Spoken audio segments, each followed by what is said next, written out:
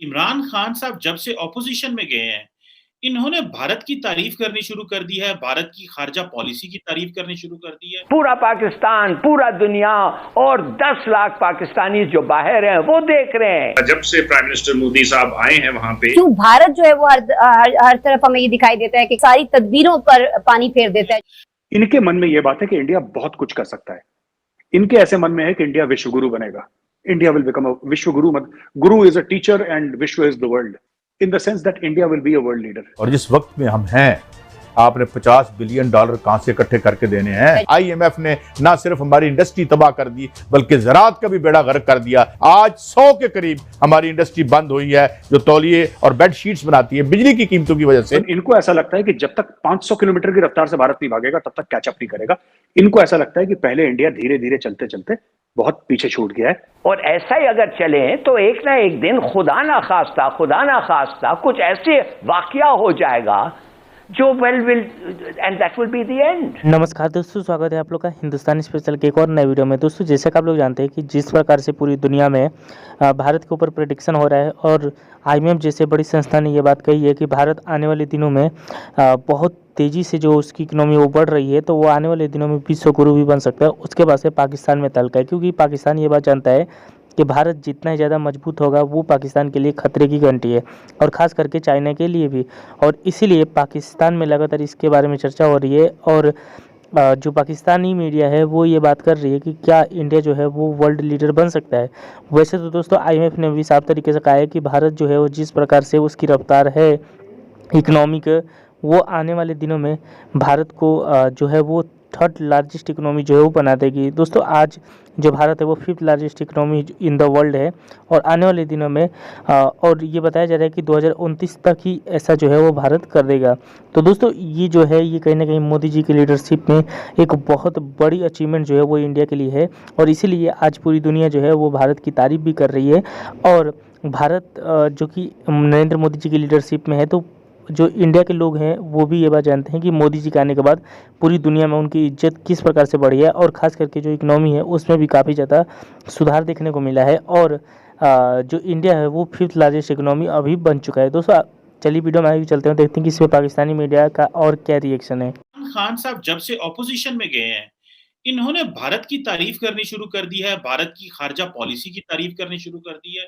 खान साहब ने पहले भी भारत की फॉरेन पॉलिसी की तारीफ की थी, जानबूझ के एस्टेब्लिशमेंट के जख्मों पे और जो एक खास तबका है उसको बताने के लिए कि your foreign policy is floor. लेकिन एक बात यहां से बिल्कुल खान साहब भूल जाते हैं जो बहुत टेक्निकल बात है। आपका और भारत का कंपैरिजन कोई नहीं है।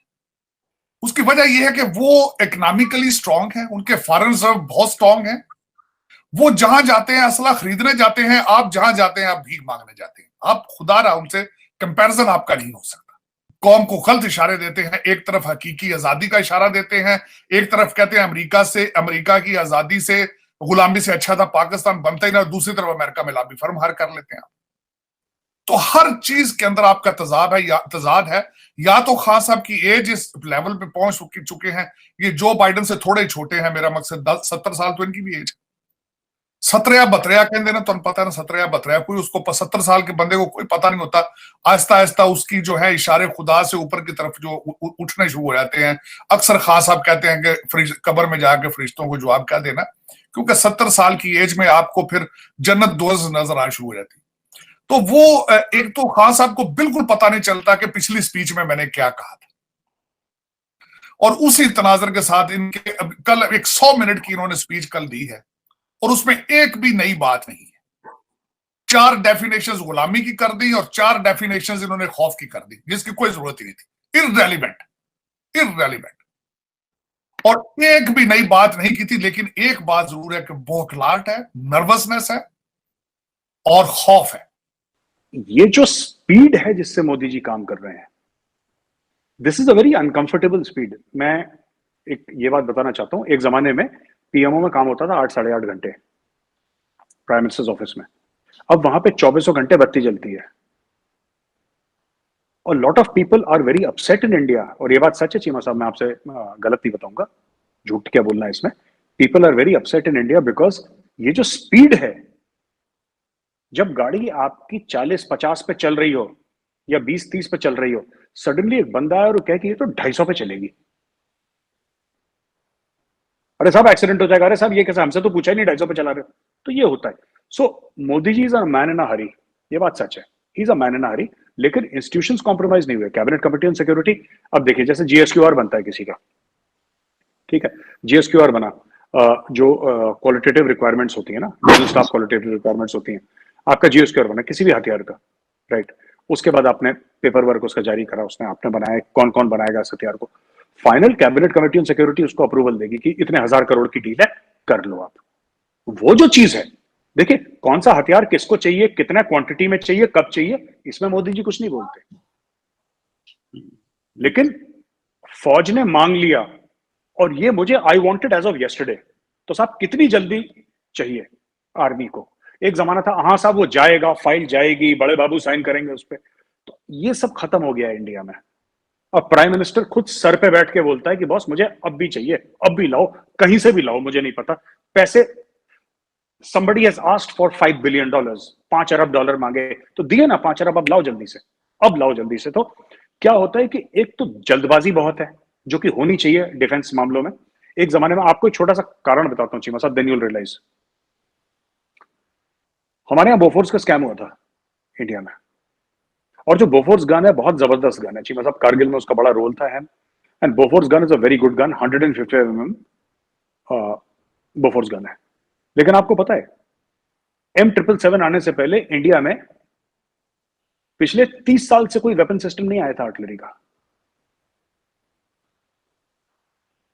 मैं ये नहीं कह रहा कि बोफोर्स खराब गन है, बोफोर्स जबरदस्त वेपन है, वर्ल्ड क्लास वेपन है, but the problem is it's 40-45 years old. और जब इंडिया में आया तब से मैं 30 साल की बात कर रहा हूँ, 30-40 साल की, 80s में हुआ था बोफोर्स का स्कैम, मुझे याद है जब इंडिया में आया था। तो बात यह है कि आर सिस्टम्स आर ओल्ड। अगर एक तरफ पाकिस्तान है, एक तरफ चाइना है, चाइना हम कहते हैं is the bigger threat, can we really afford कि बाबू के पास फाइल जाएगी, फिर बाबूजी सोचेंगे कि ठीक है मैं मंडे को आऊंगा। आज की तारीख में वो बाबू डर के मारे, जिसको साइन करना है ना फाइल में, वो सैटरडे संडे ऑफिस में सोता है, छोटी सी सब लोगों ने सोफे लगा रखे हैं, वहीं पे सो जाते हैं 3 घंटे की नैप लेके, फिर चाय कॉफी पी के मुंह धोते हैं, वहीं पे फाइल। सबको ऐसा डंडा मार रखा है मोदी जी ने, मैं आपको बताऊं, भाग भाग के काम करते हैं सबके सब, and he is holding everybody accountable, he sacked people. India में हमने कभी नहीं सुना था कि सरकारी नौकरी भारत में मानी जाती थी कि बॉस एक बार आपकी सरकारी नौकरी लग गई फिर तो बल्ले बल्ले है life long. He said nothing doing, he also started another thing, lateral movement from corporate to government ministries। बोला फ्रेश ब्लड लाओ और स्पीड से काम करो, how can you work faster, how can you, rules हैं, नए कानून जो बनाने, पुराने कौन से कानून है जिनको हटाना है, ऐसे कई 100 कानून हैं जो इंडिया में थे जो कि हटा दिए, विच वर टोटली यूजलेस। तो ऐसी बात है कि चीमा साहब जब आप पुराने स्ट्रक्चर को चेंज करेंगे इतनी स्पीड से, राइट, जो आदत है 70 साल से पड़ी है, आप उसको चेंज करेंगे,